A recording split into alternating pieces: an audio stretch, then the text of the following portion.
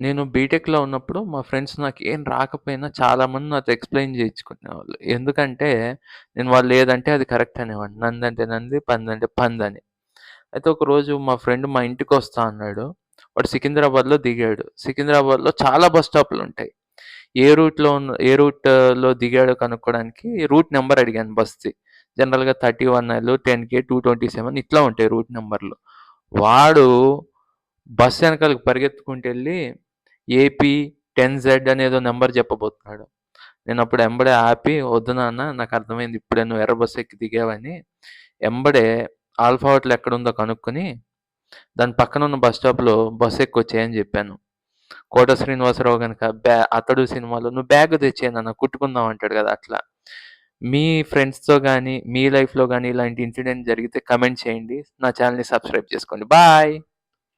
నేను బీటెక్‌లో ఉన్నప్పుడు మా ఫ్రెండ్స్